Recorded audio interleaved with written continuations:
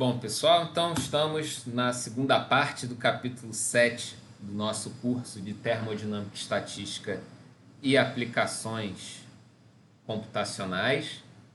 Nesse capítulo, como a gente já vem desenvolvendo, a gente está trabalhando a questão da dinâmica molecular voltada para sistemas moleculares. Se a gente lembrar de algumas coisas pelas quais a gente já passou, a gente viu na nosso encontro passado, né, as questões referentes às representações moleculares, né, do tipo todos os átomos e átomos unidos. A gente viu também a questão dos modos de energia presentes nas moléculas, né, estiramento e compressão de ligação, flexão de ângulos entre ligações, torções de diedros impróprios. A gente viu também o acoplamento desses modos energéticos. A gente viu a possibilidade de incluir interações de natureza eletrostática devido à presença de cargas parciais ou cargas formais na minha estrutura que eu estou simulando, né? Questões relacionadas a espécies iônicas ou problemas relacionados à diferença de eletronegatividade dentro da molécula, né? Gerando dipolos permanentes, coisas dessa natureza incorporadas ao nosso esquema de trabalho da dinâmica molecular. E a gente viu a noção de campo de força, que acaba agrupando conjuntos de modelos desses modos energéticos, sendo uma espécie de coletânea de ferramentas para simular as moléculas, o que poderia ser feito tanto em métodos do tipo Monte Carlo ou também dinâmica molecular. O lance da dinâmica molecular é que a gente vai estar resolvendo de forma determinística as equações do movimento para as partículas que a gente está interessado em passear pelo espaço de fases do sistema. E aí, com as informações coletadas ao longo da simulação, a gente vai ser capaz de calcular propriedades termodinâmicas e outras. O lance que a gente já conseguiu perceber na nossa conversa anterior é que a questão de incluir, né, a geometria molecular, essas interações, essas conexões internas, né, ali no âmbito da molécula em si, já exige uma descrição muito mais refinada sobre todo aquele complexo molecular, né? A arquitetura da molécula, envolvendo energias das ligações, muitas vezes, os ângulos, as posições e tudo mais. Então, o que a gente antes estava fazendo com espécies monoparticulares ou monatômicas, né, agora aumenta um pouco o nosso trabalho, porque a gente precisa descrever a molécula com mais detalhes. E as fontes de informação para esses detalhes, às vezes, não são tão fáceis de serem obtidas, encontradas. Tá? Então, a gente tem mais alguns pontos para ver dessa parte teórica, e depois a gente parte para uma parte mais prática, vendo como implementar de fato esses sistemas moleculares nas nossas simulações. Bom, então o primeiro ponto que a gente tem para conversar aqui, ele diz respeito a alguns métodos para restrições. Tá? Restrições que acabam aparecendo quando a gente está lidando com moléculas nessas simulações de dinâmica molecular. Bom, então qual o objetivo? Né? Quando a gente está pensando nessas restrições, a nossa intenção é descrever o movimento de um corpo rígido constituído por massas pontuais, assegurando que as distâncias entre essas partículas sejam mantidas constantes. Tá? Então, basicamente, existem duas possibilidades para fazer isso. Essas possibilidades e essa nossa intenção está relacionada a uma forma de representar as moléculas, de, por exemplo, deixar o comprimento da ligação fixa, um ângulo fixo, um diedro congelado. Então, em função dessas escolhas, a gente precisa usar esses métodos para restrições que, bom, vão levar a essa consequência, né? As moléculas vão ser congeladas em determinados vínculos entre os átomos presentes. Bom, então algumas possibilidades de se fazer isso. Primeiro, usar coordenadas generalizadas e reescrever as equações do movimento. Isso do ponto de vista formal, isso seria bem interessante, porém, a gente já sabe que isso vai dar uma trabalheira danada, inclusive em pensar qual vai ser a mudança de coordenadas adequada em função do tipo de sistema que eu tenho. Esse problema a gente, em alguma medida, lidou quando estava pensando naquele caso lá do rotor rígido, né? Quando a gente pensou na molécula diatômica, que a gente usou a massa reduzida do sistema, né? Lembra que a gente fez uma mudança de coordenadas ali, de alguma forma conveniente para aquele tipo de sistema, mas quando a gente passou a lidar com a cadeia polimérica unidimensional, as mudanças de variáveis eram extremamente complexas e nada imediatas e intuitivas, então dava um trabalho assombroso de escrever essas equações do movimento nessa abordagem de coordenadas generalizadas, que a gente não conseguia saber a priori quais deveriam ser ou quais poderiam ser as melhores. Tá? Mas esse seria um primeiro método, bastante robusto do ponto de vista formal, mas talvez um pouco impraticável devido à diferença entre os possíveis sistemas que a gente pode simular. Uma outra possibilidade é a gente adicionar forças de restrição no nosso sistema, nas moléculas, nas partículas que a gente está simulando, e essas forças de restrição serem as responsáveis por produzir os efeitos de, entre aspas, congelamento que a gente quer provocar no nosso sistema. Tá? Então, esse congelamento, né, pode ser feito de uma outra forma, botando forças artificiais, vamos colocar assim, fazendo com que a gente resolva um problema, na verdade, de dinâmica molecular com restrições.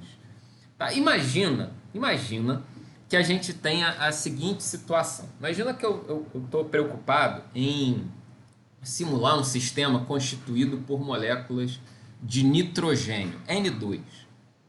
Então a gente sabe, né, que elas vão ter os modos de energia relacionados ali à translação, à vibração molecular e à rotação e tudo mais. Está ali viajando no espaço, né, uma flexibilidade assim, de movimento bastante grande. Bom, mas se eu estou interessado, né, em descrever, em captar efeitos relacionados ali com a vibração molecular, a vibração ela é um efeito muito mais rápido do que a translação. Então eu preciso, para isso, para descrever direito a vibração molecular, eu preciso usar uma escala de tempo muito pequenininha para descrever o fenômeno da vibração. E aí isso faz, se eu uso um ΔT, né, uma escala de tempo padrão para toda a minha simulação, isso vai tornar a minha simulação molecular impraticável. Então uma das vantagens da gente fazer esses congelamentos bom, uma vez que eu não estou interessado nesses efeitos de vibração molecular, eu posso colocar eles, desprezar esses efeitos, congelando essas ligações. E aí, com isso, eu passo a analisar basicamente os movimentos de rotação e translação. Né? Caso eu tenha alguma indicação experimental, conceitual, teórica, de que apenas esses efeitos seriam necessários para o fenômeno que eu estou analisando. Então, com isso, eu ganho a possibilidade de aumentar substancialmente as escalas de tempo envolvidas na simulação, permitindo que eu faça simulações mais longas, né, do ponto de vista físico. O que eu quero dizer com isso? Simulações que a gente usa lá como escala de tempo padrão, 1 femtosegundo. Né? Então, para eu representar 1 nanossegundo em escala física real, né? Um nanosegundo, o que é um nanosegundo, né? São 1 milhão de iterações de femtosegundos, cada uma delas. Então, assim, na prática, são 1 milhão de intervalinhos de tempo que eu percorri, né? Isso já é uma simulação bastante longa. Então, se eu puder aumentar o meu ΔT, eu vou chegar a tempos maiores.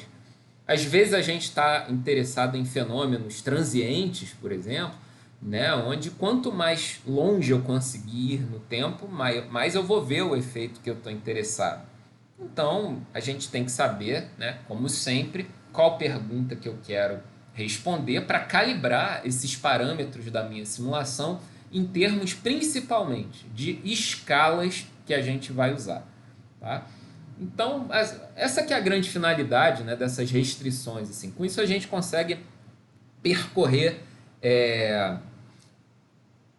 o nosso espaço de fases com intervalos de tempo maiores, né, fazendo simulações mais longas.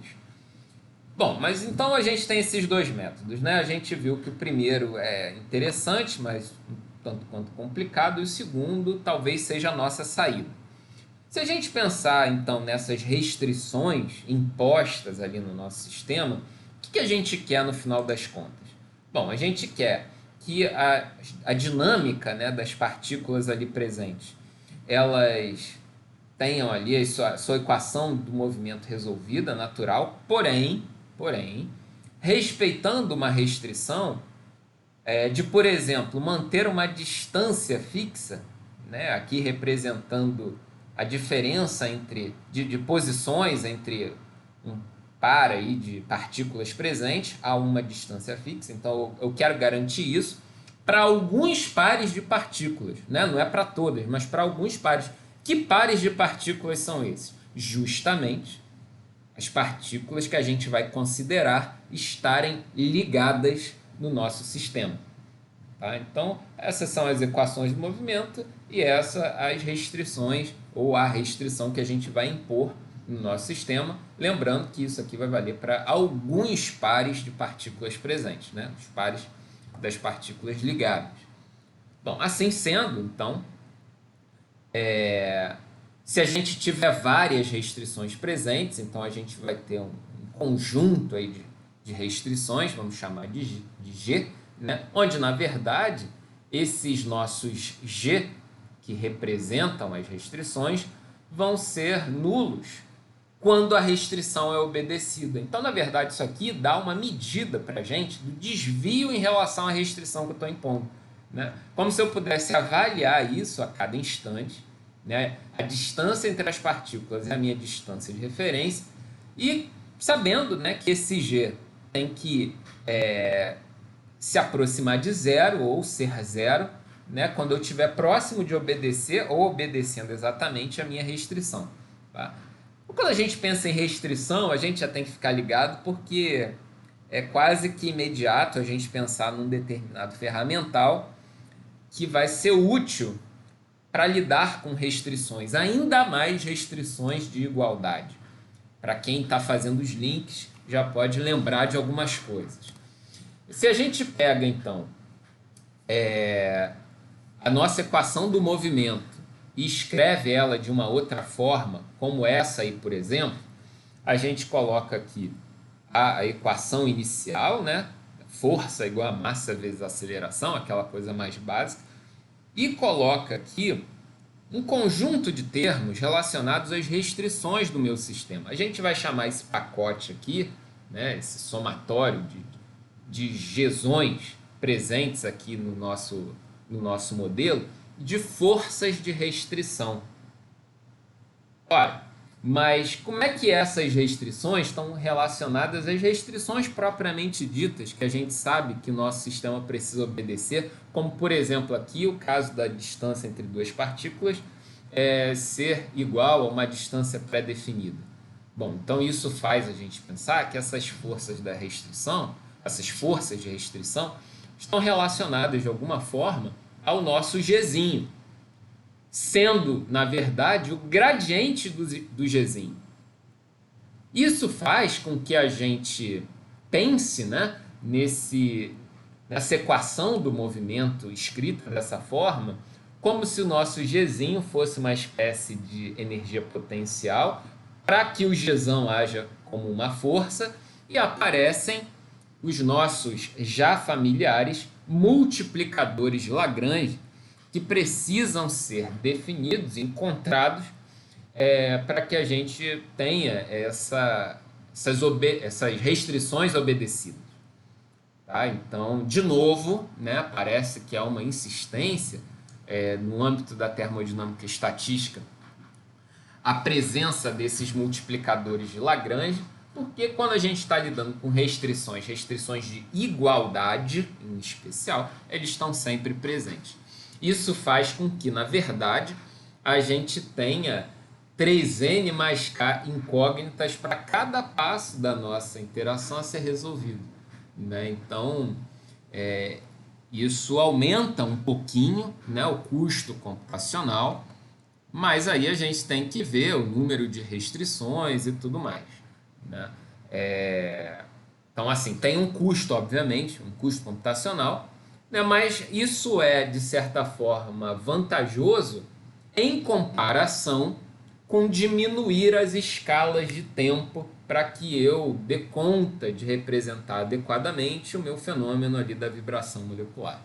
Né? Senão a minha dinâmica pode acabar ficando muito errada se eu lidar com escalas de tempo que vão representar muito mal os potenciais de vibração que eventualmente eu teria que colocar. Tá?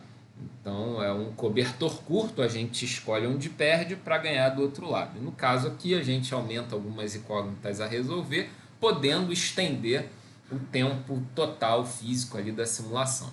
Tá? Então, isso a gente está vendo aqui só para restringir um determinado comprimento ali de ligação, ou os tamanhos das ligações que nos interessam. Mas a gente pode usar a mesma ideia para restringir, por exemplo, ângulos e outras questões relacionadas a átomos não ligados. Né? Então, a gente pode impor, né, diferentes restrições aí no nosso sistema e ver como que a dinâmica evolui, pensando que a filosofia para resolver esse tipo de problema passa pela determinação de multiplicadores de Lagrange. Tá? Bom, para isso,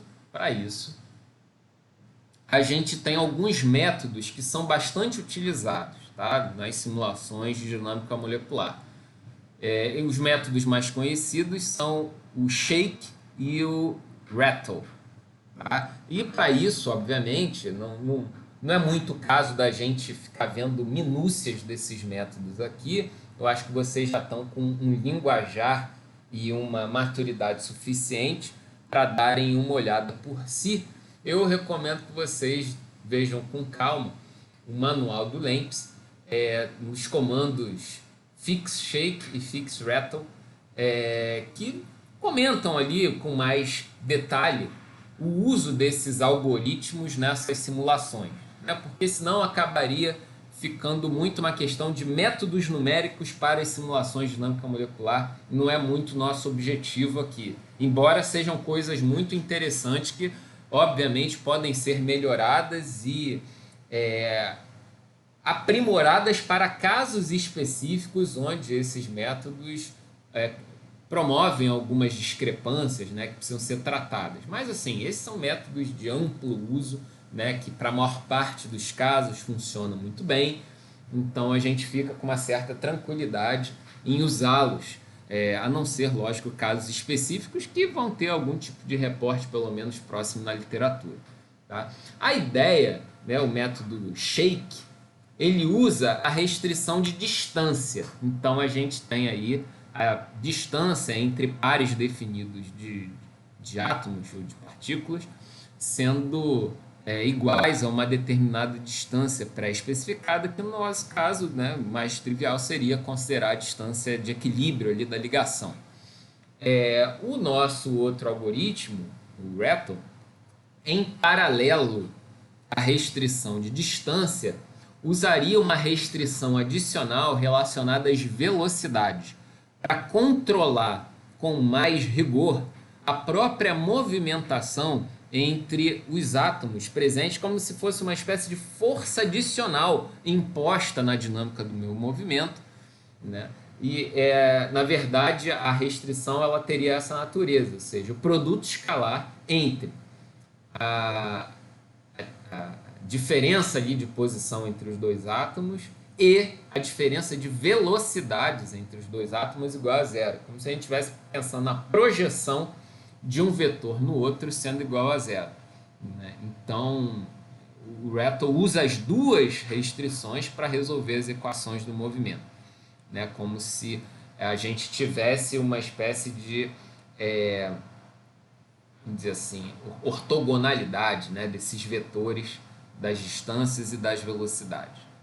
Bom, então são esses métodos assim os mais usados que estão implementados no LAMMPS, né, que pelo menos para a gente aqui de forma mais imediata nos interessam de forma especial. Mas saibam que existem variantes e alternativas, como por exemplo o Settle, o M-Shake, o Shapes, o Links, né, são outros métodos utilizados para fazer esse problema das restrições, né, para fixar determinadas ligações, ângulos e tudo mais. E aí, obviamente, visitar esses trabalhos, ver os artigos que usam esses métodos e tal, acaba sendo uma boa referência, né, para as particularidades e vantagens de cada um deles. Mas sabendo que o Shake e o Rattle vai resolver uma boa parte da nossa vida. Bom, então esse era um primeiro ponto, né, que a gente tinha para fechar na nossa conversa passada, né, essa questão do congelamento ali de ligações.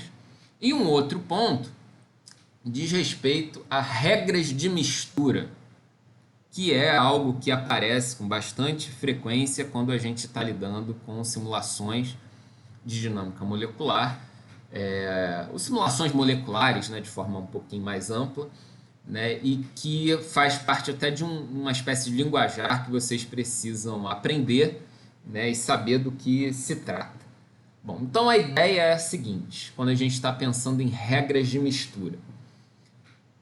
Imagina que eu tenha um sistema ali agora com dois tipos de átomos e seus respectivos parâmetros Lennard-Jones, né? Então eu tenho ali o sigma 1,1 e o epsilon 1,1 quando eu estou analisando, né, partículas do tipo 1, ou seja, sigma 1,1 e epsilon 1,1 traduzem os parâmetros das interações entre partículas do tipo 1, só entre elas, né, interagindo. E por outro lado, tem partículas do tipo 2 com seus parâmetros sigma 2,2 e epsilon 2,2. Né? Então, só elas se vendo e interagindo entre si. A pergunta que se coloca, então, é a seguinte. Quais serão os parâmetros sigma 1,2 e epsilon 1,2? Né? Se eu tenho para um conjunto de partículas os seus parâmetros e para outro conjunto de partículas os seus parâmetros. E vem cá, como é que ficam as interações cruzadas? Essa que é a pergunta. Então imagina aqui que eu tenha duas moléculas dessa forma aí, né? Uma bolinha azul e uma vermelha, né? Representando átomos de natureza diferente. E a gente, quando está pensando em Lennard-Jones, a gente está pensando, obviamente, nos átomos não ligados, né? Então, a gente teria aqui as interações entre sigma 1 e epsilon, desculpa, as interações entre as partículas 1 e 1, né, representadas ali por sigma 1 e epsilon 1, e as outras lá, as vermelhinhas, né, partículas do tipo 2, sigma 2,2 e epsilon 2,2. Tá, e aí, no caso aí, como é que eu represento as interações entre azul e vermelho? Né? Como é que eu represento essas? Eu coloquei a ligação química aqui, mas não necessariamente eles precisam estar ligados. Tá? Poderia ser simplesmente um sistema de mistura de gases nobres, com duas partículas presentes ali no meio, e aí eu sei sigma e epsilon para uma determinada espécie, sei sigma e epsilon para outra espécie. E vem cá, quando está tudo misturado, como é que vão ser os valores dessas interações de espécies diferentes interagindo? Então, para isso, a gente precisa das nossas regras de mistura. E uma das regras de mistura, percebam, uma das regras de mistura que é muito utilizada nesse tipo de problema, mas não é a única, é amplamente a mais usada, são as regras de mistura de Lorentz-Berthelot, tá? Que definem de maneira bastante prática e direta como que se dão esses parâmetros cruzados, tá? Então, no caso, os sigmas, né, o nosso sigma 1, 2, ele vai ser calculado a partir do sigma 1, 1 e o sigma 2, 2. Da mesma forma, o nosso epsilon 1, 2 vai ser calculado a partir do epsilon 1, 1 e o epsilon 2, 2. Como? Dessa forma. O nosso sigma 1, 2 vai ser a média dos sigmas e o nosso epsilon 2 vai ser a média geométrica dos epsilons. Tá? Então, a gente fica com esses parâmetros das interações cruzadas. Mas assim, bom, existem motivos para isso, tá? Eu vou colocar na nossa pastinha do curso algumas referências que nos ajudam a pensar nessas questões que envolvem essas regras de mistura. Mas assim, na prática, um dos motivos de eu estar falando isso aqui é que a gente pode, no LEMPS, escolher a regra de mistura que a gente vai usar para que ele faça essa conta automática e não haja necessidade de a gente ficar escrevendo todos os valores resultados dessa conta, tá? Então isso na prática elimina a necessidade de a gente ficar especificando os coeficientes do tipo cruzado, né? 1 com 2. A gente dá coeficiente 1, 1, coeficiente 2, 2 e tal, mas na hora do cruzado, ao invés de especificar, a gente pode usar essas regras de mistura. Mas se você quiser especificar, também é possível, tá? É só não usar um determinado comando lá para isso. Então, essas regras de Lorentz-Berthelot, embora amplamente usadas, embora vocês vão encontrar assim uma série de artigos nem discutindo muito essa questão, simplesmente utilizando. Tá? Não é o padrão imediato do LEMPS, eu não sei exatamente por que eles não colocaram isso como padrão, mas aí você pode, com uma linhazinha lá, um comando pair modify, você vai chamar os flags lá desse comando, esse mix aritmético que traz, né, de acordo lá com o manual, exatamente essas regras de Lorentz-Berthelot. Então você pode dar uma olhadinha lá no manual do LEMPS, no comando pair modify, para ver as opções que aparecem, tá? Vendo essas regras de mistura. Existem outras regras de mistura envolvendo potências sextas, né, desses parâmetros e tal. Então, como eu falei, eu vou colocar na pastinha do curso um artigo que faz um artigo curto, né, que apresenta algumas delas e faz uma breve crítica dessas opções de que a gente dispõe.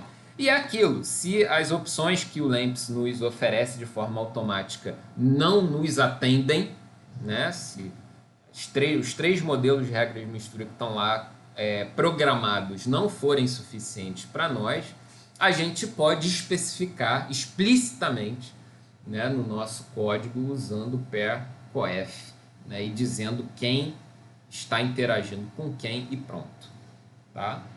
Então tem uma forma mais automática e uma forma mais explícita de fazer isso. Aí você vai ter que calcular por fora e colocar os valores lá para cada par de interações, né? Então, se eu tenho muitas espécies diferentes, isso me poupa um trabalho, né, de ficar fazendo essas contas e lotando o meu input de informações referentes a essas interações cruzadas. Beleza? Então, assim, esse ponto encerra a nossa parte mais teórica aqui da nossa conversa de hoje. E a gente partiria para um momento mais prático, de fazer essas simulações e ver as facilidades e dificuldades que a gente encontra na simulação de moléculas. Tem alguma dúvida, algum comentário que vocês queiram fazer? Algo que vocês queiram destacar? Algo que vocês perceberam como estranho e querem avisar logo para o nosso potencial ouvinte do canal Jacqueline Kelly do YouTube, que nos acompanha, nos segue, nos curte, né? Não ficar desavisado? Agora é a hora.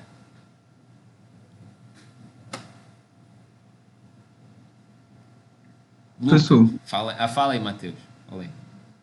só uma coisa, né, que o senhor falou de usar as regras, Aham. essa parada de definir os coeficientes é bem interessante, porque às vezes o próprio artigo de referência, ele traz valores para os coeficientes cruzados que diferem dessa regra, né? Sim, Daí sim. tem, de fato, tem essa necessidade de E você definir, passou por isso, né? sim, Eu lembro bem das nossas conversas referentes a isso, né? aham, Você passou por isso. Pois é, então, esses potenciais são otimizados, né? Então, assim, na verdade, quando no trabalho de parametrização, né, tudo isso está em jogo, né? Você no final quer representar bem propriedades termodinâmicas. Então, qual vai ser a melhor saída? Aqui representar melhor os dados experimentais, né? Que no caso de propriedades termodinâmicas são muito bem definidos, muito bem estabelecidos, né? Então a gente fica com um gabarito muito claro dessas simulações. Agora, quando a gente parte para propriedades de transporte, viscosidade, condutividade térmica, os diferentes coeficientes de viscosidade, né? Principalmente o coeficiente de viscosidade bulk, né? Que está mais interessado nos processos é, de geração de entropia devido à compressão de sistemas fluidos e tal. Esse parâmetro tem um erro experimental absurdo, relatado na literatura, da ordem de 50%. Então tem um artigo muito interessante de 2004 que o autor ele bota sem nenhum tipo de restrição, dizendo: olha só, eu garanto mais as minhas simulações do que a medida experimental. Eu tenho mais rigor a priori fazendo as simulações aqui, sabendo que tem todas as limitações, mas as medidas experimentais são tão furadas que eu prefiro o valor que eu estou apresentando aqui. Inclusive, existem revistas especializadas, especialmente revistas da área de engenharia química,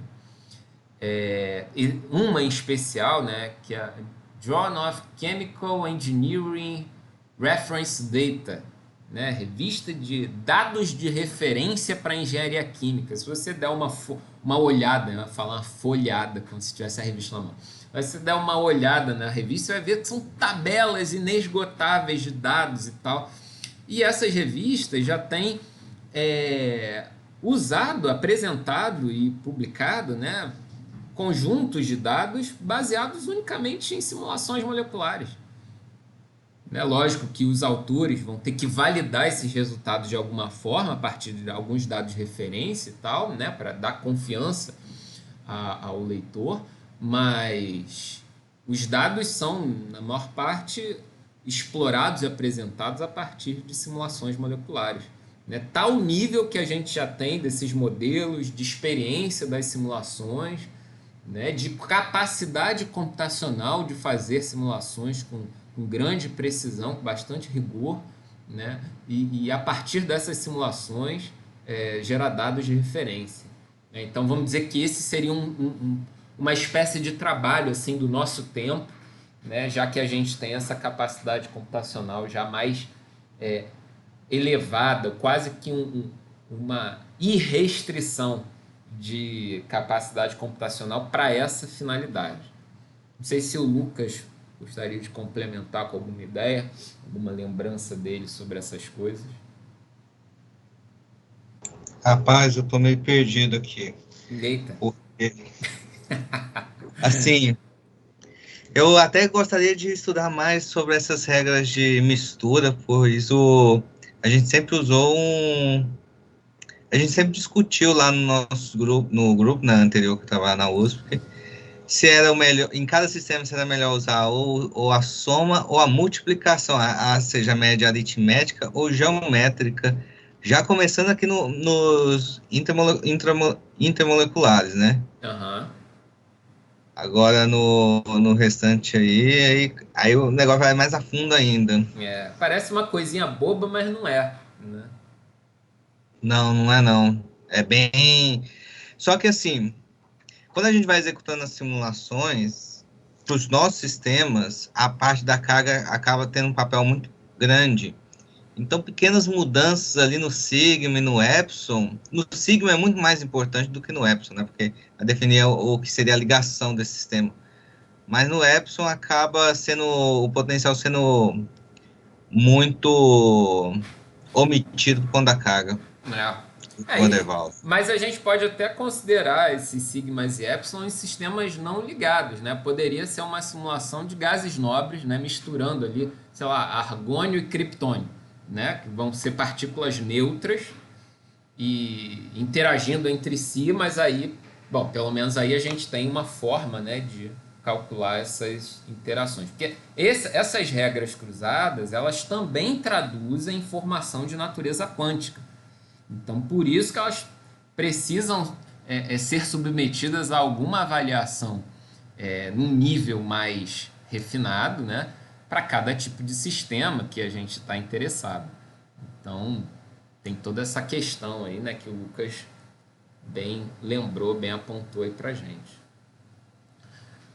Bom, então, se era isso, se ninguém tinha mais nenhuma contribuição a fazer, eu vou tirar aqui momentaneamente da tela a nossa apresentação. Deixa eu tirar aqui um instante. E vou colocar na tela uma outra janela aqui, que é uma janela do Linux. Vou botar aqui tela cheia para parecer de fato que eu estou numa máquina Linux. Eu estou e não estou, né? Que eu estou acessando remotamente aqui uma outra máquina. E aí, bom, essa é uma hora que chega a ser uma espécie de divisor de águas, porque a gente vai precisar montar as nossas simulações de sistemas moleculares e essas simulações vão exigir que a gente comece a trabalhar um pouquinho mais com o Linux. Tá? Então, a gente não tem muito como fugir disso. Só um instante. Vou abrir aqui algumas coisas. Tá. Então, a gente vai fazer alguns exemplos, começando do básico, né? Nossa primeira intenção vai ser simular ou montar todo o esquema de simulação para um sistema constituído por moléculas de nitrogênio, N2, né? Que você tem amplos dados experimentais. O azoto, né? Se você olhar na internet, você vai ver esse azoto aí do português de Portugal, né, que às vezes aparece, que chega a ser engraçado. Então, bom, o que a gente vai usar, né? Vamos dar uma olhadinha aqui. Tem 4 exemplos aqui separados para vocês. Eu vou abrir o nosso input que a gente vai usar no LAMMPS. Esse aqui já representa o nosso input. Eu vou dar uma passada por ele, explicando alguns comandos. Tá? Eu já deixei ele transcrito para a gente não perder tempo escrevendo linha por linha. Mas aí eu vou fazer alguns apontamentos, né, de linhas que são importantes dentro, né, do que muda em relação ao que a gente vinha fazendo até então, né, dos nossos sistemas monoatômicos. Beleza, então olha só, primeira coisa, né, vamos passar comando a comando aqui. A gente tem as unidades, a gente pode manter as unidades no sistema real, né, que usa como energia quilocaloria por mol, os nossos sigmas e todas as distâncias vão ser representadas em angstrom, né? Todas aqueles parâmetros de unidades definidos pelo comando units lá do LAMMPS.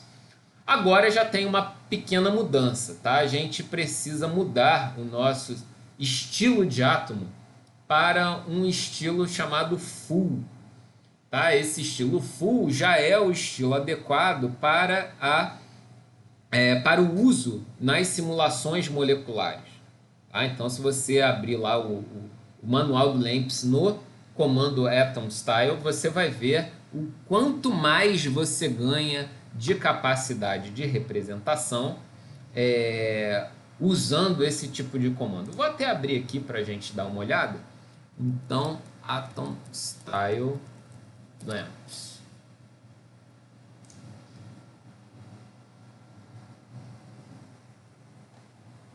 Então, olha só, a gente está, né, na página lá do LAMMPS, do manual do LAMMPS, vendo esse comando. Ó. Então, olha quantas possibilidades a gente tem, né, de representação. A gente colocando ali o full, olha o que a gente está dizendo. A gente é capaz de representar moléculas e cargas. Tá? Então, para a gente, esse vai ser meio que um padrão, assim, quando a gente estiver lidando com moléculas. Tá?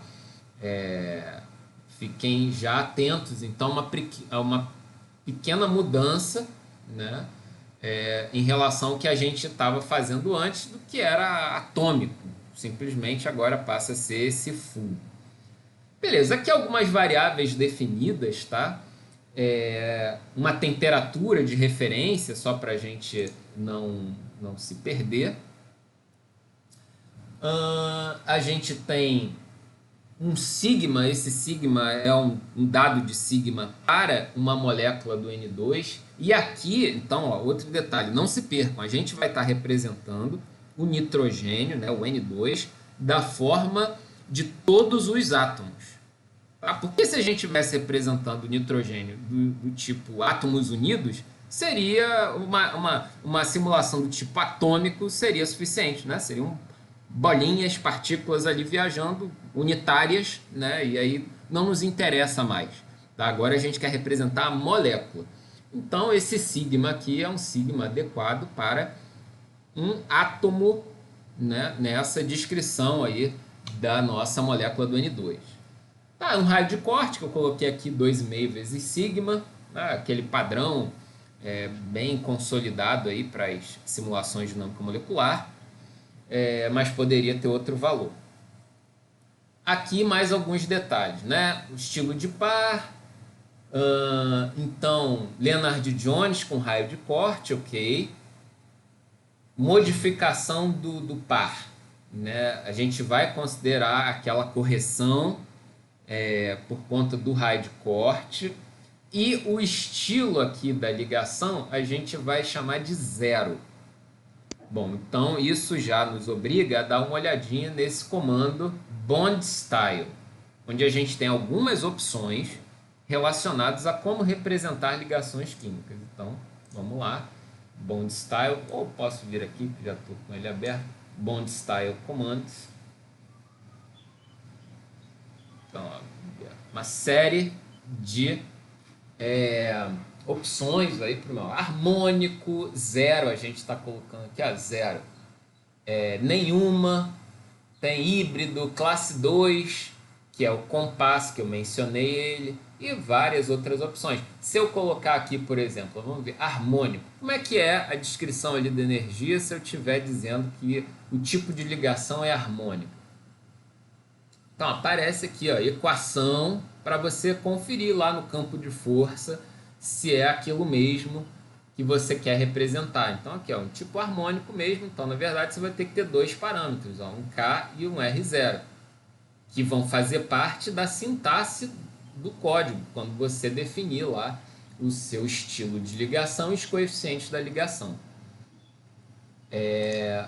Outro, sei lá, o 0 que a gente está usando. Então, diz que está ligado e tal, mas não vai ficar calculando energia. Então, na verdade, o que se faz é você dar ali, informar o comprimento da ligação. É um estilo de ligação onde você só dá um parâmetro, que é o tamanho ali da ligação que te interessa. Beleza? Então, são esses aí algumas opções desse comando bond style, que obviamente, né, quanto mais você explorar o manual, mais você vai aprender sobre as opções e as particularidades de cada um deles. Bom, aqui já tem um detalhe adicional. Vejam que eu usei o comando read data. Se fosse nas simulações monoatômicas, você ia gastar algumas linhas nessa hora para criar a caixa de simulação, dispor as partículas na caixa de simulação, e o que a gente fez antes foi colocá-las de forma aleatória no sistema, dizer quantas partículas tinham na simulação. Aqui a gente vai ler essa configuração a partir de um arquivo que a gente vai construir externamente. O LAMMPS ele consegue gerar essa caixa de simulação de forma automática só para os sistemas monoatômicos ou monoparticulares. Quando eu tenho moléculas, a gente vai precisar de ajuda. Ajuda no sentido de precisar de um outro software para gerar essa configuração, essa caixa de simulação inicial. Já digo para vocês que gerar essas caixas de simulação já é por si um esforço grandioso, porque essas coisas não são nada triviais. E quanto mais complexo for o meu sistema, mais complicado vai ser gerar essa caixa de simulação. E tem muitos grupos que trabalham só em gerar essas configurações iniciais e tudo mais, ver meios mais ágeis, mais adequados para gerar essas configurações iniciais. Sistemas biológicos, isso é sempre um horror, né? Porque você tem um sistema com uma infinidade de espécies atômicas e ligações, e o tamanho do sistema é sempre gigantesco e tal.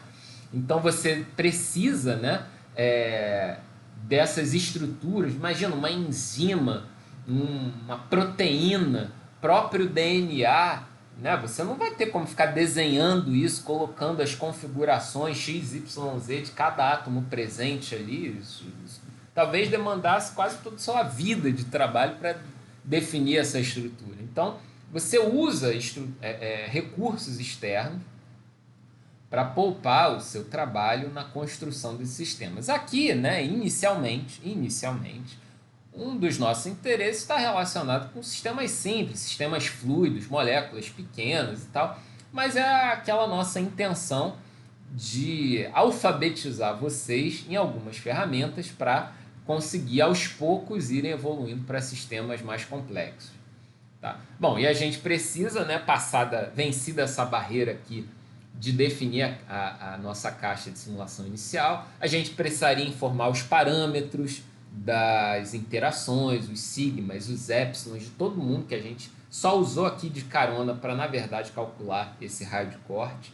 Eu poderia ter colocado aqui, sei lá, 15, 10, algo explícito, mas só quis fazer a continha aqui para vocês lembrarem dessa possibilidade. Tá? Então, vencida toda essa parte de configurações, parâmetros e tudo mais, a gente inicializa as velocidades de todas as partículas presentes, usando algo adequado à nossa temperatura definida para a simulação. Percebam que eu estou usando aqui a variável T, né? Uma distribuição gaussiana, tentando representar a distribuição de Maxwell-Boltzmann lá para as partículas e tudo mais. A gente define o nosso ΔT para as simulações, e aqui nessa linha a gente vai ter o nosso comando fix shake. Então aqui isso indica que a gente vai estar realizando simulações onde as minhas moléculas, os átomos da minha molécula vão estar a uma distância fixa. Se eu tirar esse comando, o que seria tirar um comando? Simplesmente fazer um comentário, né? Botar ele aqui com hashtag. Se eu faço isso no meu, essa linha não vai ser executada. Então, o meu shake estaria desligado, não haveria restrição no meu sistema, né? O fato de ter escolhido um estilo de ligação zero faria com que as minhas moléculas começassem direitinho, mas depois nunca mais se vissem e nada mais. Então, fazendo esse fix, eu mantenho essa distância, né? E aqui tem alguns parâmetros associados ao comando shape, né? Como as tolerâncias do meu processo de convergência ali, do cálculo das distâncias e tudo mais.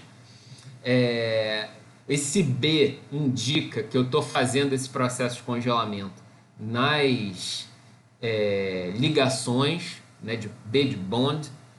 Se tivesse um A aqui do lado, estaria relacionado aos ângulos, então teria um A, né? Agora é engraçado, né? Às vezes alguns comandos, eles, para um iniciante, né, podem causar alguma confusão, né? Você vê o nome do comando, fix shake. Então, se você não sabe que shake é o nome de um procedimento numérico para gerar esse congelamento, porque shake tem a ideia ali de vibração, de sacudida e tal, e você não quer esse tipo de coisa, mas o problema é que é o nome do método, né? Então, o iniciante poderia ficar um pouco perdido aí com os nomes de algumas opções aí desses comandos. Então, por isso que esse beabá acaba sendo fundamental, e eu falo até por experiência própria, porque quando eu comecei a usar o programa, quando eu comecei a estudar essas coisas,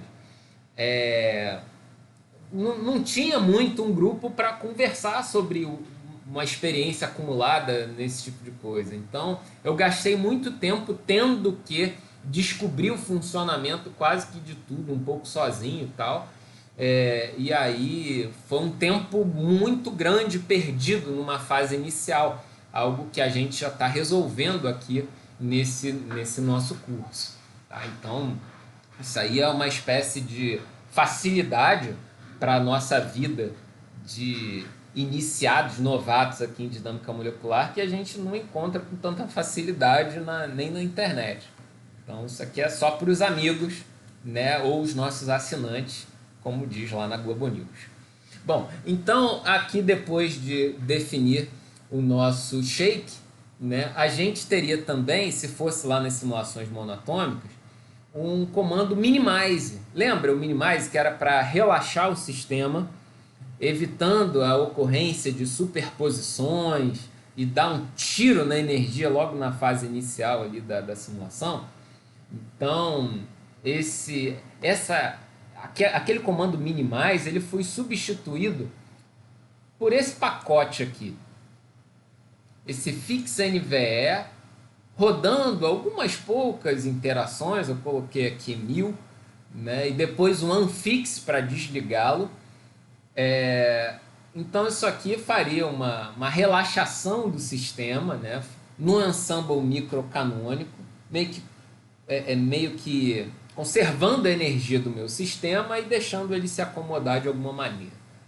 Aí beleza, fixado isso, né, com a ideia de ser uma espécie de minimize, a gente passa para o nosso ensemble canônico, né? Então religo um fix NVT aqui na temperatura que nos interessa, tá? E aí a gente vai realizar, ou como andam dizendo por aí, né, performar, uma coisa meio horrorosa, mas ficou na moda há pouco tempo.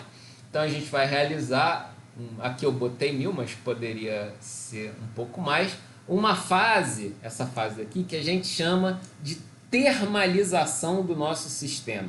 É como se eu deixei aqui ele relaxar e agora eu vou ajustar a temperatura, vou deixar um tempinho ele equilíbrio com o nosso banho térmico artificial, para que a fase de captura de dados já seja com o sistema equilibrado termicamente. Então isso acaba sendo uma prática muito comum, né, de você gastar algumas interações equilibrando termicamente o sistema e jogar fora essa fase inicial e depois passar uma coleta de dados. Fala, Lucas, por favor.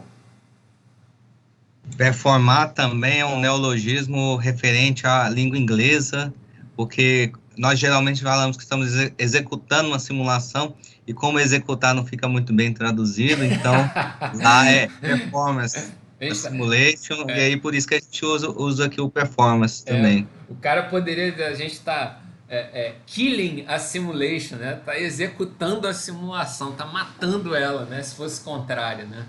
Pois é, tem dessas coisas, né? Ai, ai. Mas, bom, o mais importante aqui é a gente pensar, então, que essas simulações, isso é uma prática bem interessante da gente gastar algumas interações. Em geral, são até um número considerável de interações. Eu coloquei aqui 1000, mas na prática esse número é bem maior, tá? Que é a etapa de termalização do meu sistema. Então eu relaxei o sistema, diminuí as sobreposições e agora eu vou equilibrar termicamente o meu sistema. Para quando eu comece a capturar os dados que a gente vai usar com as fórmulas lá de flutuações para calcular CP, CV, compressibilidade isotérmica, coeficiente de expansão térmica e tudo mais, a gente já esteja com o nosso sistema bem equilibrado em relação ao ensemble que a gente está simulando, tá? Então isso aqui é uma fase lixo, né? Assim, que a gente não vai usar para calcular propriedades, a gente está só equilibrando o sistema. Aí não é necessário fazer isso, mas eu costumo fazer, eu zero o contador, então esse comando reset time step, então boto ele lá no zero de novo. Posso definir algumas variáveis aqui para a gente fazer uma continha, né? O comando dense, né? Na verdade, o comando density, né? Que é uma opção disponível lá no LAMMPS, ele traz para a gente a densidade calculada em gramas por centímetro cúbico. Então, se a gente quiser 1 quilo por metro cúbico, a gente pode fazer umas continhas e definir uma variável nova, né? Que eu vou usar aqui, por exemplo, nesse thermostyle.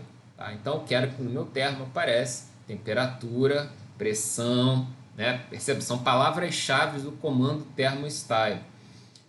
Aqui o meu dense, mas como foi uma variável nova, precisa desse V underline.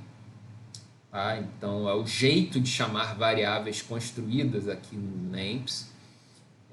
E outras que já estavam aqui definidas, né? Energia potencial, cinética total, a energia lá de correção. Vou acumular essas informações a cada 100 interações, né? Essas informações da termodinâmica aqui do meu sistema. E vou gerar um meu dump, tá? Para a gente avaliar, né, a nossa simulação, ver lá o filmezinho gerado e aqui o número de interações que a gente vai usar, tá? Bom, então essa seria uma estrutura de um programa, de um input, desculpa, do LAMMPS, né, onde a gente tem uma molécula e toda a informação da molécula vai estar consolidada aqui nesse arquivo n2.lmpdata. Essas extensões de arquivos no LAMMPS, tá, ele está pouco se lixando, você pode botar o que você quiser, tá? Então você pode botar n2.lucas, que ele vai ler, porque na verdade isso para o Linux é algo muito tranquilo, essa identificação de arquivos como arquivo textos e tal, isso passa liso, né? Agora o problema é o seguinte, como é que a gente vai gerar esse arquivo corretamente? Eu vou mostrar para vocês aqui como é que é esse arquivo n2.lmp_data, tá? A gente vai construir eles juntos e a gente vai ver o resultado final. E aí eu vou dar umas dicas para a construção dele. E a gente vai ver isso em outros exemplos, o que vai agregando e tudo mais. Para construir esse nosso n2.lmp_data, eu usei um aplicativo, um software, que ele está disponível para Linux, desenvolvido pelo pessoal da Escola de Química lá do FRJ, um programa chamado Playmol. Então vou abrir aqui a página deles.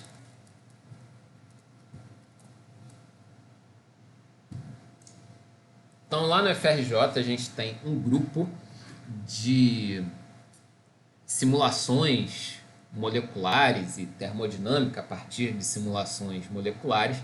Então, esse professor aqui, o Charles Abreu, ele é o responsável pelo desenvolvimento desse aplicativo Playmall.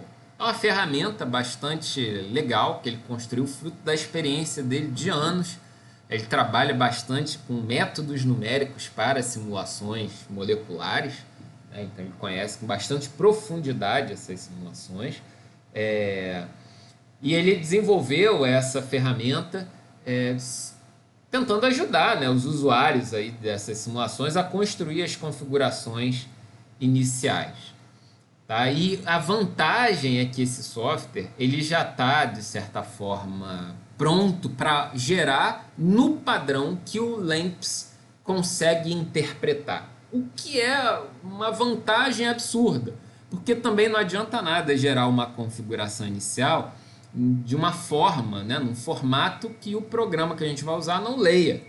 Né? Então, eu acho que em algum momento o Matheus comentou, os arquivos tipo PDB.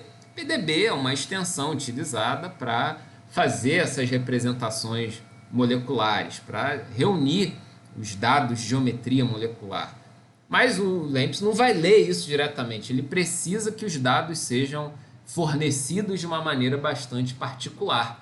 Né? Então, o nosso Playmall acaba ajudando nessa construção. Bom, então eu estou aqui no ambiente do Linux, né, do Ubuntu mesmo, então você pode fazer isso com a máquina virtual ou fazendo um sistema dual boot aí no seu computador. A gente tem máquinas aqui que ficam ligadas direto, que você pode fazer alguns exercícios de construção, se você quiser, para essas simulações, mas fazer isso no Windows já começa a ficar um pouco complicado. Tá? Então a gente tem que migrar um pouquinho do sistema operacional para facilitar a nossa vida. Tá? Para facilitar a nossa vida. Então vou mostrar aqui nesse nosso arquivo Playmall, né, n2.playmall, nome que eu botei, né, sem me preocupar com extensão, poderia ser .txt. Como é que seria um arquivo de entrada super básico dessas informações que o programa Playmall vai ler e gerar a nossa caixa de simulação. Então vou abrir aqui. Então são essas as informações. Olha só o que a gente tem. A gente tem o tipo de átomo, que na verdade a gente vai estar falando os parâmetros epsilon e sigma do sistema que a gente vai estar simulando. A massa das partículas.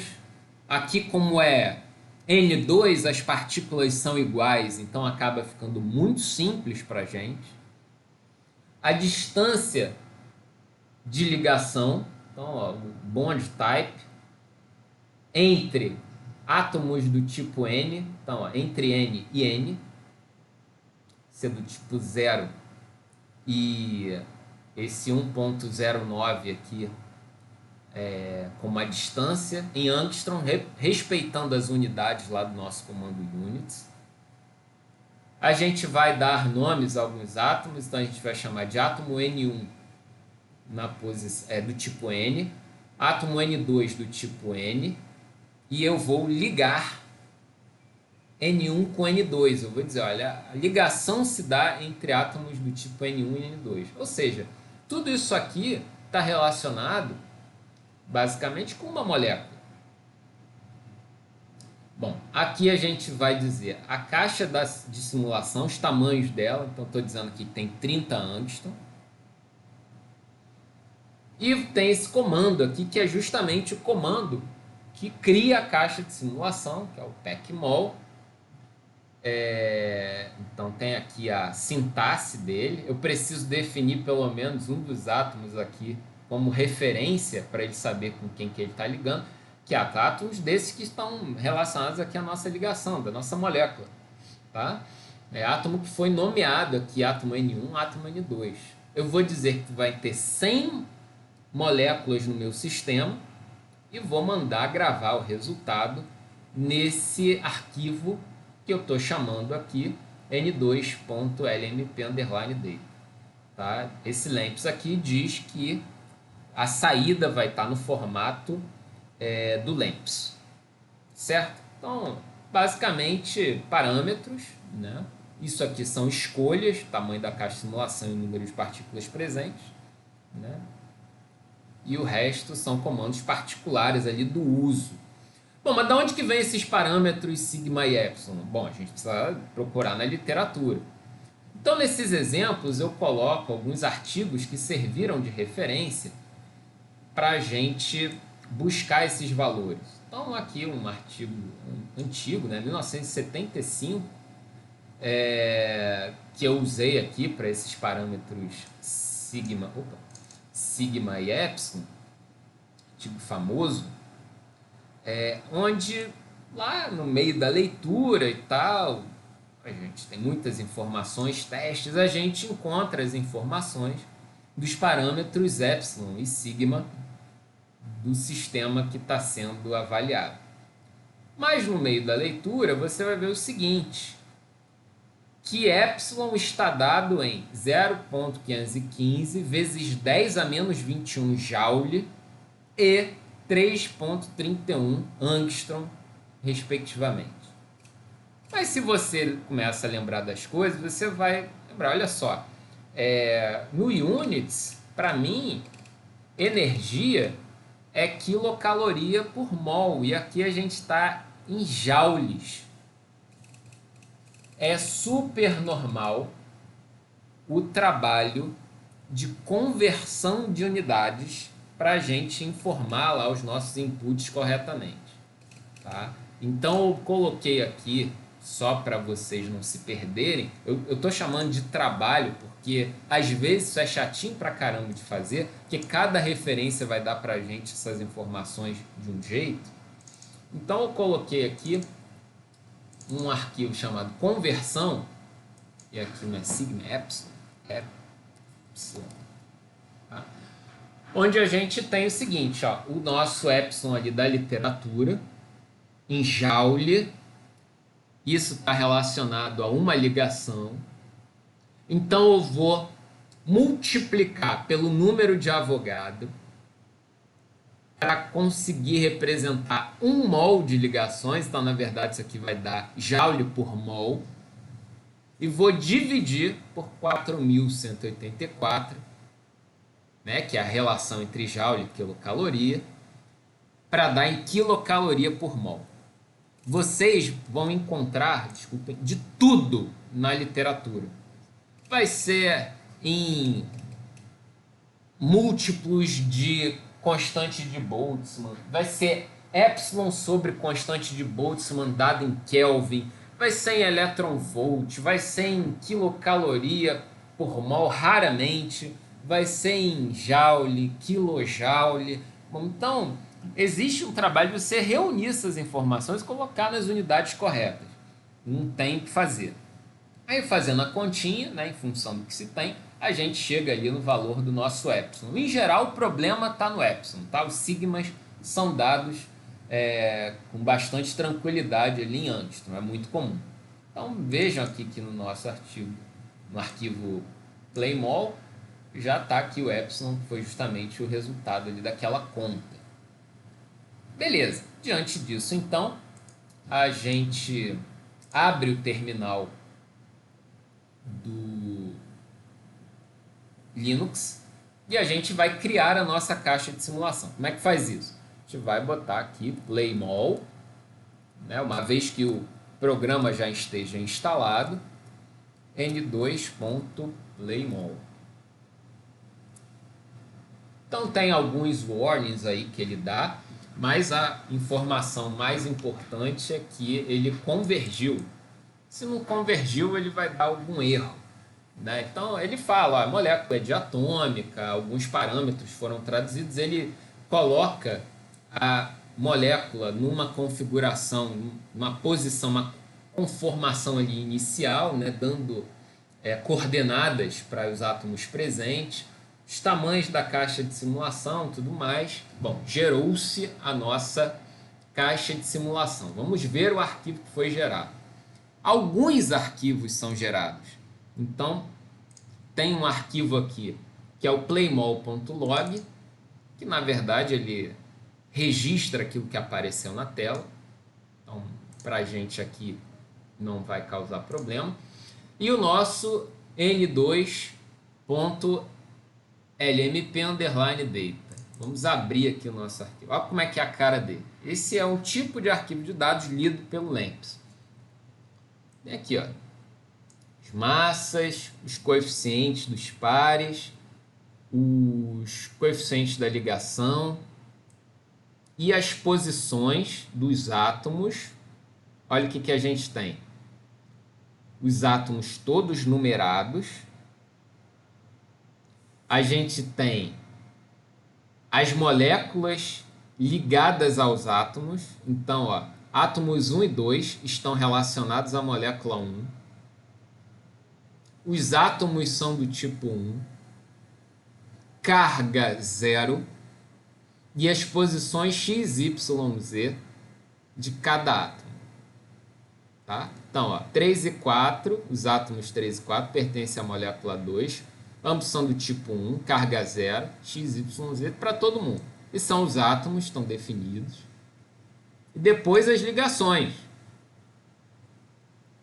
Tá? Onde a gente vai dizendo, ó, tem a ligação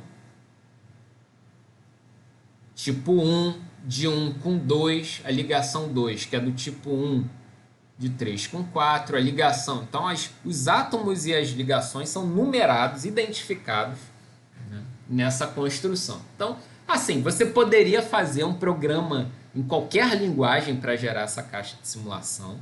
A vantagem do uso do Playmall é que ele tem rotinas internas que já diminuem a superposição desses átomos se você faz uma geração aleatória dos átomos ali na tua caixa de simulação. Tá? Então ele tem um procedimento que diminui já as superposições.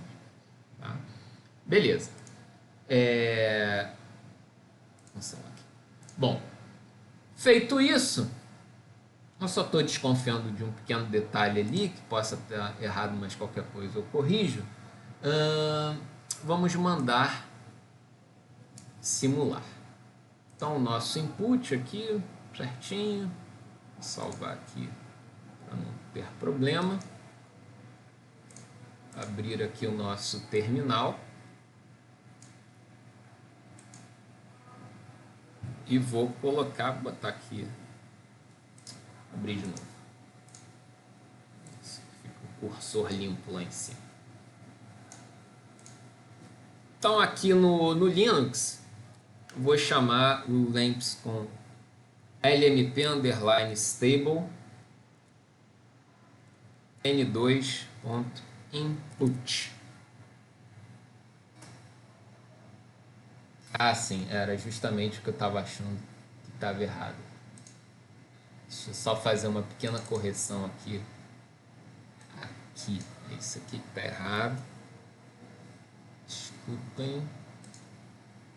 Gerar de novo aqui a caixa de simulação. Playmall N2 Playmall. Ok.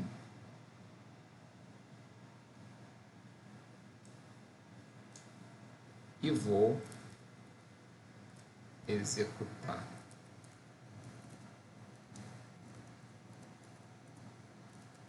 Vamos ver se não vai ter mais nenhum erro. Ó, rapidinho, né? 100 átomos é algo bastante pequeno, né?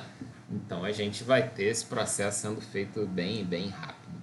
Percebam, ó, todos os valores aí do meu termo registrados, né? A gente voltando, temperatura, pressão, a densidade, energia potencial e tudo mais, né? Então, rodou direitinho. Tá? Fechar aqui. O que apareceu pra gente? Então tem os logs do LAMMPS, né? O log LAMMPS aqui gerou o nosso n2.dump. Vamos ver o que tem nesse arquivo. Então, ó, no nosso n2.dump tem as configurações, as posições XYZ e as velocidades XYZ de todas as moléculas presentes, porque foi isso que eu pedi para ele exportar ali no nosso comando dump lá do LAMMPS. Tá? Então, tá aqui, os átomos identificados, as suas posições e velocidades. Tá? Bom, a gente, né, nessa fase, a gente quer ver isso daí. Então, beleza. Vou fechar aqui esse dump.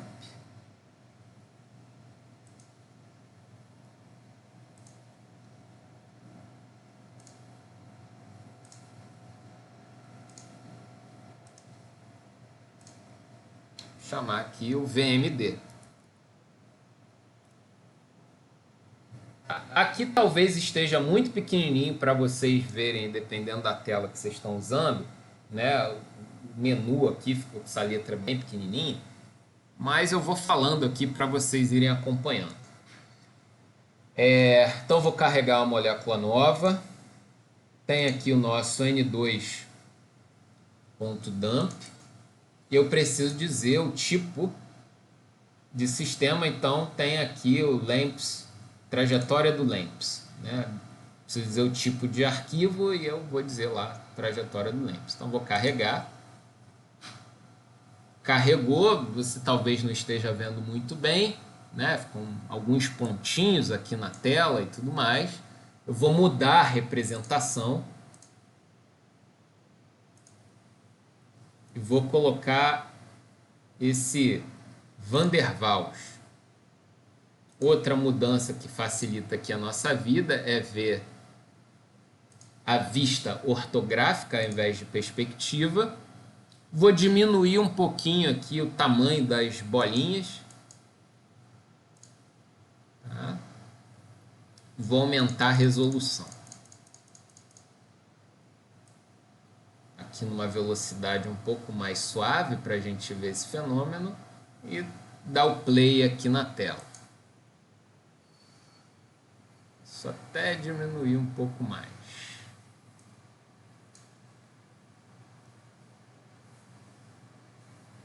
Então, ó, vamos acompanhar aqui algumas moléculas, ó, percebam, né, que elas vão viajando nessas duplinhas, né?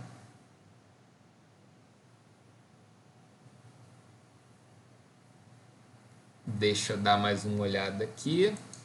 Opa.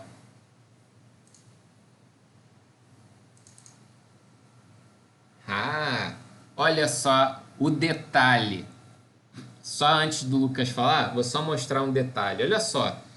Quando a gente fez a simulação, eu tinha colocado esse hashtag aqui no meu fix.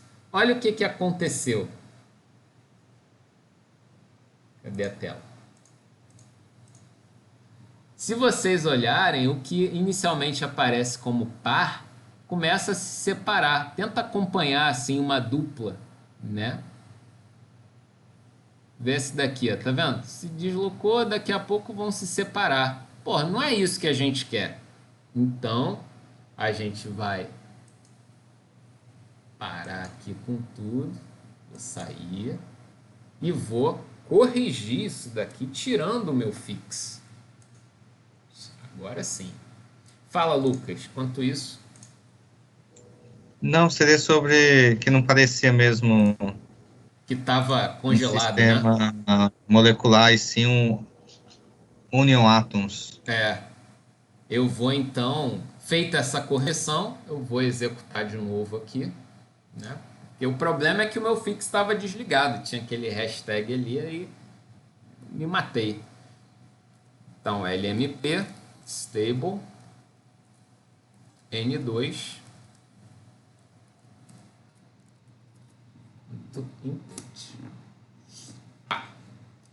Ok, temos o nosso novo dump aqui.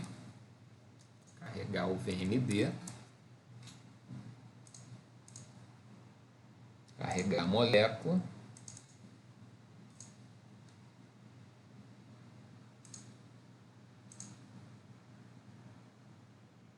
Ok. Mudar a representação para Nossa, o Van der Waals diminuir um pouquinho aqui. Olha como é que o resultado já foi bastante diferente.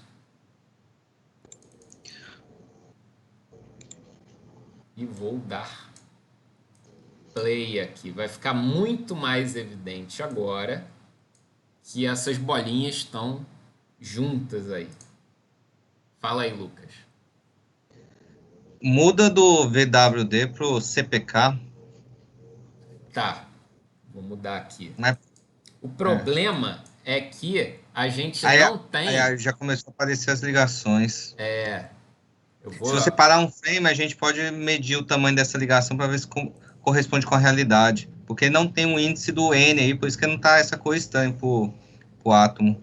Exatamente. Então, aquele arquivo que sai, XYZ lá do dump, ele não traz as informações de conectividade, ele só traz as informações de posição e velocidade de todo mundo.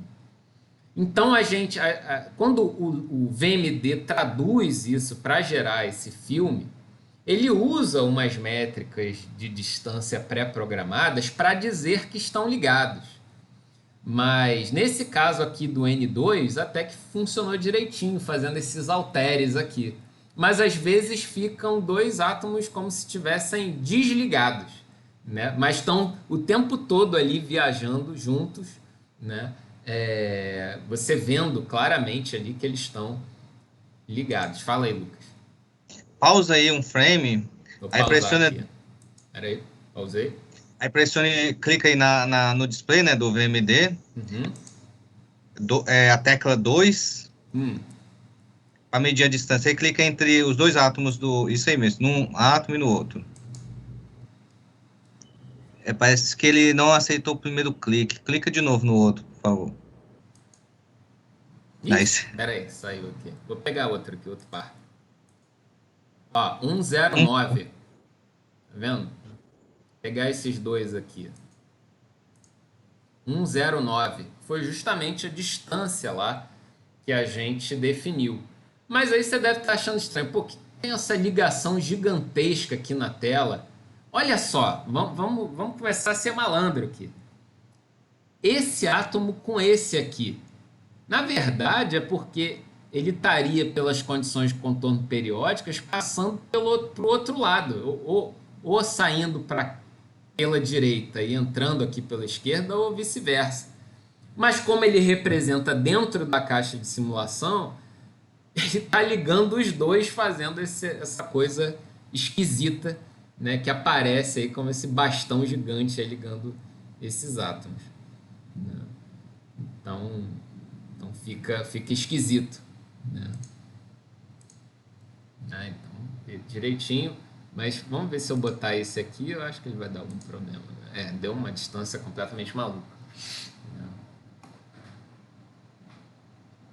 Bom, então assim, a gente tem isso. Agora, não é tão trivial, tá? Fruto desse output que a gente tem do LAMMPS, do dump, assim, mudar as cores e tudo mais nessas representações. Enquanto a gente está com um sistema homonuclear como o N2, aí é tranquilo, porque tanto faz a cor que você representar, tá ótimo. Quando a gente mudar para sistemas de átomos distintos, aí fica um pouco mais complicado, porque ele não faz essa tradução automática e às vezes a gente precisa de alguma ferramenta para pegar esse dump do LAMMPS e traduzir, botando outras informações, identificando os átomos, as cores e tudo mais. Eu vou fazer um outro exemplo aqui, esse 3, pelo avançado da hora, só para mostrar para vocês um sistema que é de monóxido de carbono. Tá? Monóxido de carbono, CO. Então, diatômico também, só que com dois átomos diferentes agora. Então, o meu arquivo do Playmol, olha como é que ele foi concebido. Eu fiz um pouquinho diferente dessa vez. Eu estou usando dois arquivos. Um arquivo que eu uso para definir uma série de variáveis Lennard Jones do carbono, Lennard Jones do oxigênio, massa do carbono, massa do oxigênio, a ligação carbono-oxigênio, carga carbono-oxigênio e tudo mais. E outro que vai ser o arquivo do Playmall. Por que eu fiz esse aqui por fora? Porque às vezes eu estou fazendo uma comparação de campos de força, vendo parâmetros diferentes da literatura, e eu posso fazer vários arquivos desse, particularizando para um trabalho, como esse aqui do Palucha 2004, que são os dados apresentados por esse trabalho, e eu importo esses dados aqui, né, nesse arquivo que o Playmall efetivamente vai ler. Então, o número de moléculas, as variáveis que eu defini aqui, ó, eu vou ler aqui em cada uma dessas linhas. Então, se eu mudar o arquivo e usar a mesma estrutura, se eu mudar a referência, eu vou criar coisas parecidas com essa, mas as variáveis vão ter o mesmo nome, bastaria trocar essa linha aqui do include. Tá? Aqui, ao invés de estar dando o tamanho da caixa de simulação, eu estou apresentando a densidade do sistema. A densidade. Uma outra forma de criar a caixa de simulação. Tá? E aí a construção vai ser equivalente. Eu vou rodar esse aqui também só para mostrar para vocês. Então vou fechar isso aqui. Então no exemplo 3, Playmall vai ser o CO.Playmall. Ok, convergiu. E agora a gente vai executar. Qual foi o nome do arquivo que eu coloquei lá? CO input. Assim, do CO input eu tenho que mostrar uns negócios aqui para vocês. Em associação, obviamente, ao que a gente fez lá do Playmall. Olha o que aparece pelo fato de ter átomos diferentes. Eu tive que definir as cargas do C e do O. Isso a gente não fez lá para o N2, né? Porque eu não tenho diferença de eletronegatividade, não vou ter cargas parciais, né, no nosso sistema. Então aqui já tem, então preciso definir as cargas. Tá? Então isso aparece também nesse LMP data que a gente que a gente gerou.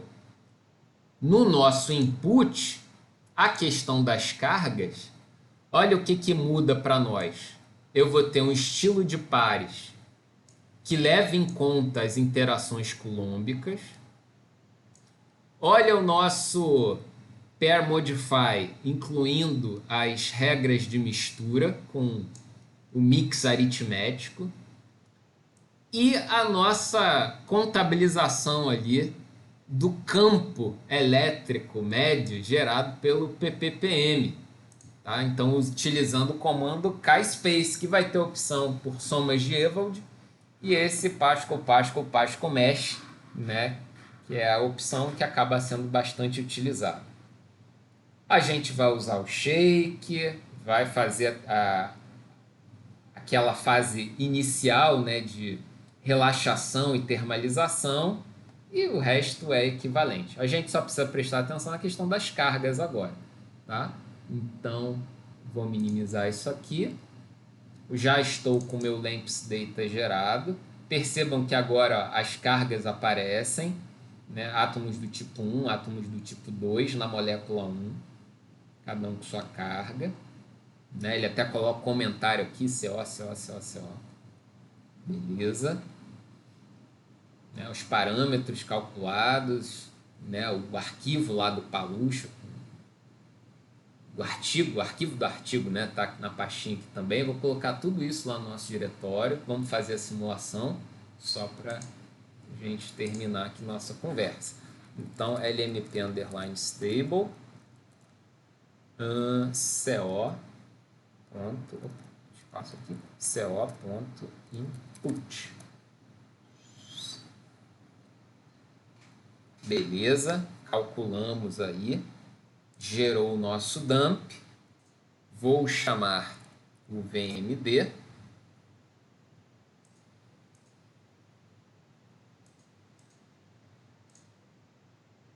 co.dump, dizer que é uma trajetória do LAMMPS, carregar, fazer algumas mudanças aqui, ortográfica, representação. Vamos ver se o CPK vai... Bom, o CPK continua sendo útil para a gente.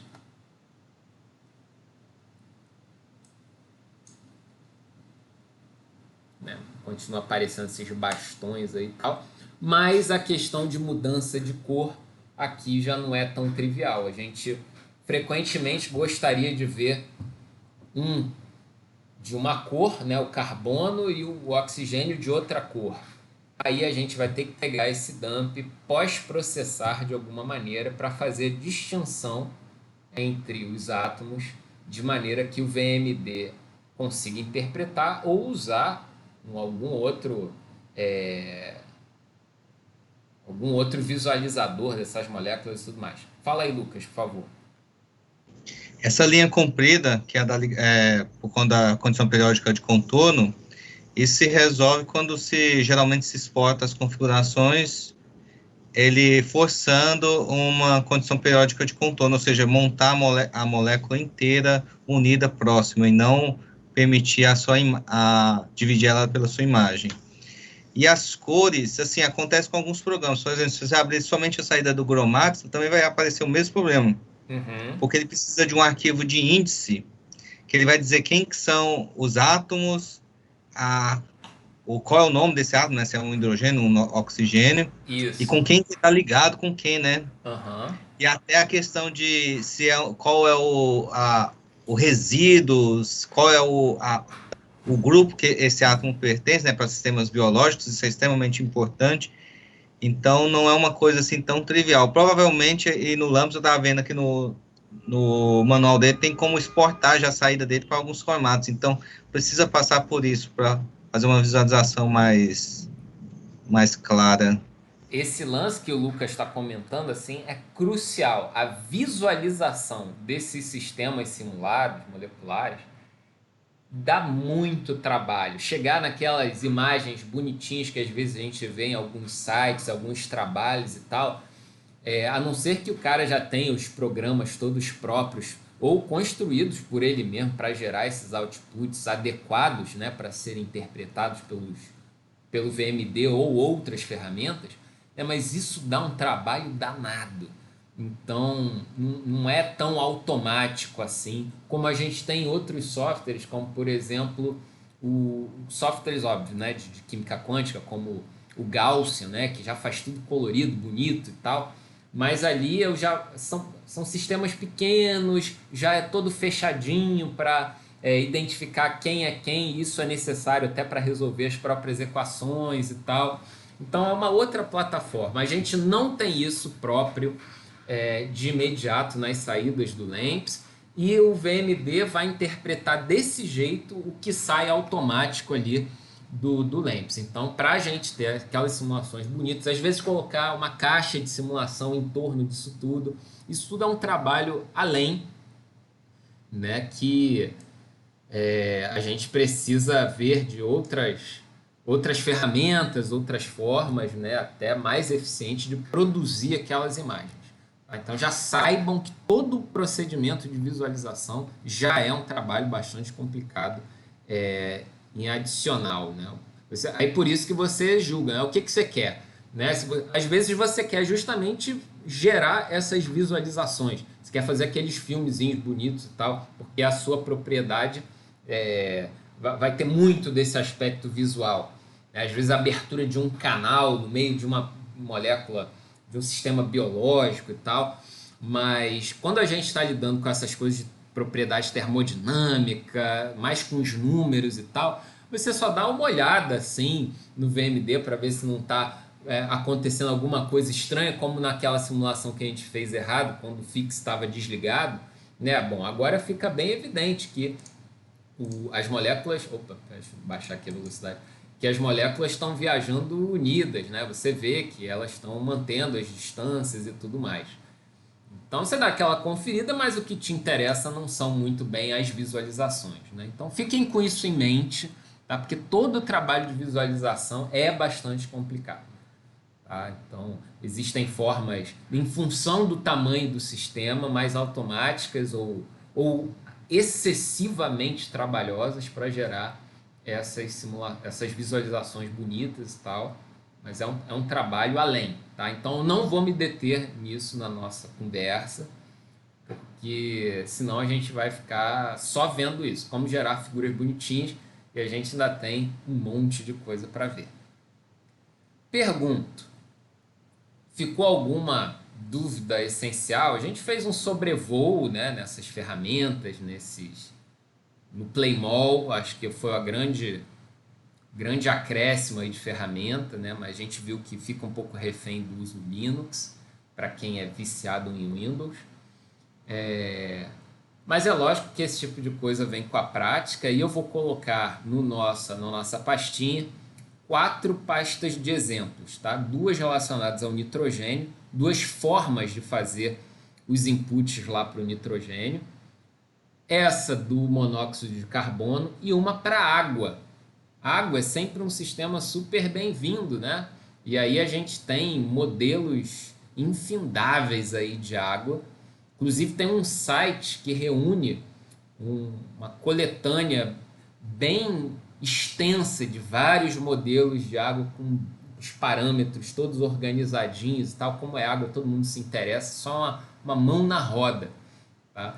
Mas a gente não tem, infelizmente, uma grande biblioteca de parâmetros, né, disponíveis e organizados de uma boa parte dos sistemas que a gente tem interesse em simular.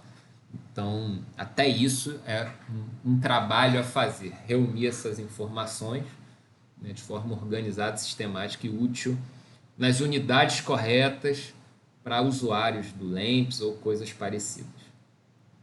Tá certo, pessoal? Então já chegou a nossa hora aqui. Só para encerrar a gravação, pergunto se alguém tem alguma questão essencial. Matheus, por favor, fale. Professor, só uma dica. Hum? O senhor falou da questão do Linux. Uhum. Às vezes, quando eu precisava usar o Linux para uma coisa pontual, e eu tinha o Windows lá no intercâmbio, na própria loja do Windows tem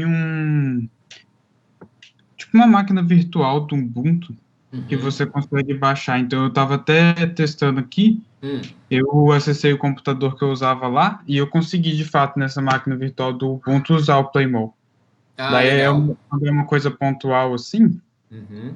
já é uma boa ferramenta. E tem na própria loja do Windows mesmo, do Windows 10, você entra na Windows Store, não sei o nome exatamente, Uhum. aí tu consegue baixar. Assim, só vai ter o terminal, né? Sim, pois Aí, é. mas, assim, é útil para coisas pequenas, assim, mais rapidinho. É isso. Principalmente gerar as caixas de simulação, né? Porque o VMD dá para usar no Windows, então. Sim, Ah, maravilha, maravilha. Que bom que. Agora, nessa loja do Windows 10, né? Talvez nas versões mais antigas do Windows, não sei se isso está aí eu não disponível. sei como é que funciona. É. Não, beleza, maravilha. Bom, então eu vou encerrar aqui a nossa gravação.